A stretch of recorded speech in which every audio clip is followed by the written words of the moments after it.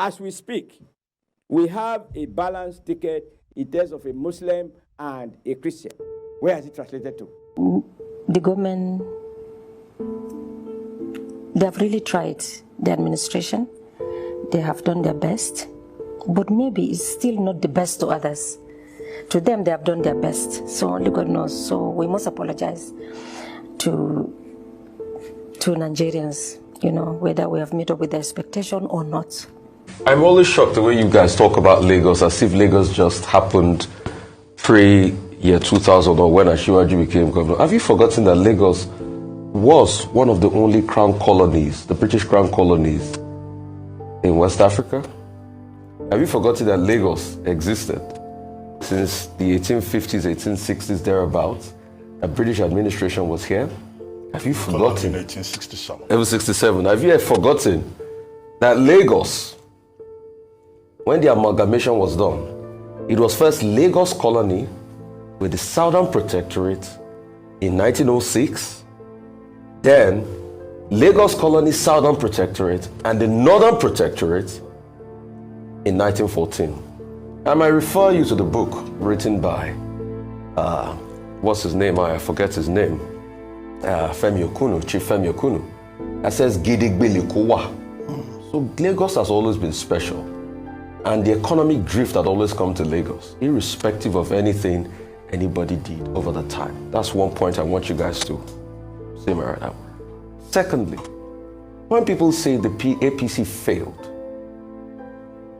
recently the Nigeria Bureau of Statistics released a report that says poverty has grown so much to be 133 million out of 216 million.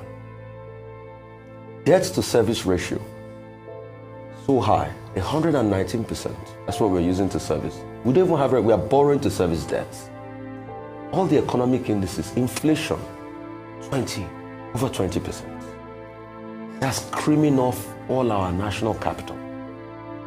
The state of the nation as we speak today is in a flux that the wife of the president even had to apologize on a BBC documentary that please forgive us because of our failings.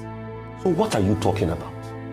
It was legendary musician Bob Nestmali that said you can fool some people sometimes, but you can never fool all the people all the time. It is so clear, it is vividly clear, like the biblical inscription, Teke Mene of Fasim. The truth of the matter is that APC government has failed, and that they are trying to drive down the narrative to talking about antecedents because they know they cannot hold the conversations whether or not this government has really been better for the people. Has Nigerians been better off voting APC than the previous government? No, it's been the worst. Muhammadu Buhari's administration has been the worst. And then the evidence, okay, don't take it from me, take it from the words of these APC stalwarts, these politicians that have been in government, these people that have been in power for several years, people that have worked with this government, people that are also wanting to super glue us with the next failing government of Tinubu. Watch this video, watch these clips, several of them, and judge for yourselves whether or not of how well the Buhari administration has fared, so you can use it. And guess what? These same people, unfortunately, they are the one also trying to lure us to entering a Tinubu's administration, another 8 years of confirmed failure. Say Buhari has failed, as we're about to see now, right? What else? So watch this video and share this. Let it get round. Buhari has failed, and that's why they are running away from the conversation. They are trying to hide. But look at all of them. From their mouth, Aisha Buhari, Oshiomhole, and the rest of them, all of them agree that this government has failed and we should not even dare. It's only disadvantageous, all right? It would be stupid of us to re-elect a party that has failed us. We sacked PDP in 2015. We should sack APC in 2023. It's as simple as that. So share this video as you watch it, make your comment, and let it go round as it's possible. APC has failed, and it is not for me. It was these politicians that said it. Yeah, watch. I think a couple of things we have to get right. There may be miracle in the life of individuals. I've seen people talking about miracle, but there are no miracles in the life of nation states.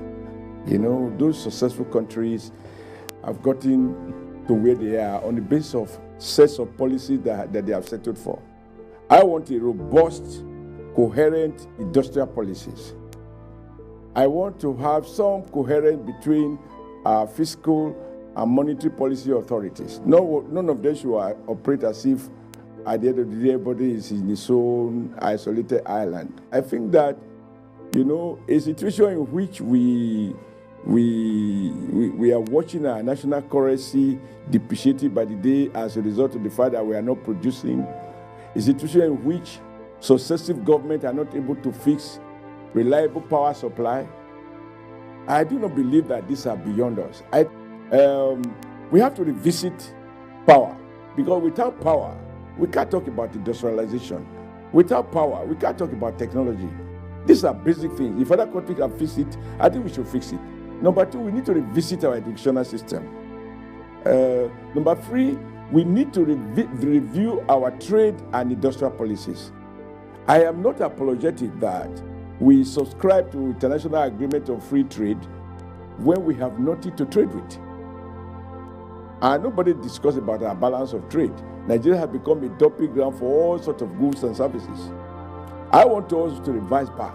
These are the issues that I have talked about, that just like President Buhari said, Nigerians should eat what we produce and produce what we eat, that we should extend the logic. I'm looking at these pictures now. From the president to the governor to everybody in this picture that I'm seeing, none of them is wearing Nigeria-made fabrics because the textile industries are closed. Just imagine if we have a president that insists that the logic of eating what you produce and produce what you eat is extended to you wear what those fabrics that we manufacture and manufacture the fabrics that we wear. And give it the addressing pattern where one man wear 10 meters or women 8 meters at a go. Per capita consumption of textiles should be the highest. Nigeria should have it the highest in the world. And we were doing well before. What happened? What went wrong? We must go back to the drawing board and ask the question, where did we got it wrong? How do we bring all those factories in Isolo, in Apapa, in Ikeja? How do we bring them back? How do we bring Macheli back? How do we bring Dolon back? How can we have a situation in which all the tires with which we drive on our vehicles are all imported? What happened that the vision to have made in Nigeria cars, Peugeot in Kaduna, Volkswagen in Lagos, Lillard in Ibadan, Mercedes in Enugu, and I think one tractor making companies in Bauchi or so. What happened to those laudable ideas? That today everything is imported. For me, this is the area we should have a robust debate. Policy fight, both within our party and between our party and other parties. Because there must be more than one way to get these things done. And this is the time, this is the time. I'm happy that INEC has given Nigerians enough time this time around to campaign, to market their candidate. And this should be issues driven, not religious driven. They should be policy driven. I want people, even within political parties, it is through those debates you've discovered those who share similar ideas, whether they are far right or they are far left or they are the center. Unless we reform the system and return to the battle of ideas, sets of ideas, that you will know what a political party stands for and what it doesn't stand for, so that if I say I'm going to vote APC, people can reasonably predict what they can expect. Right now, you just cannot say. So if we don't discuss these issues, and we are discussing religion, okay, as we speak, we have a balanced ticket in terms of a Muslim and a Christian. Where is it translated to? So let's go to the issues that we put forward on the table of Nigeria. The expectation on us was too high. People were expecting so much from us. And maybe after 7 years, we haven't done to their expectation. Only God knows what is in somebody's mind. Or as a human being, you cannot say that you are right or we have done what we should.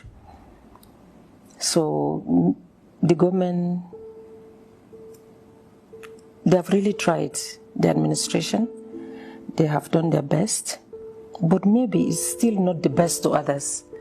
To them, they have done their best. So only God knows. So we must apologize to Nigerians, whether we have met up with the expectation or not. So in what areas do you think that they could have done better, maybe in your own opinion? I don't know, because my office, I run it like an NGO, just to receive people. I'm not into government activities. My own is to support them, either on health or education. I don't go into details of what they're doing. Do you think there's a chance that APC may not come back as the ruling party in Nigeria? Why did you ask that question? Of course, we'll continue. Of course, APC will win. By the grace of God.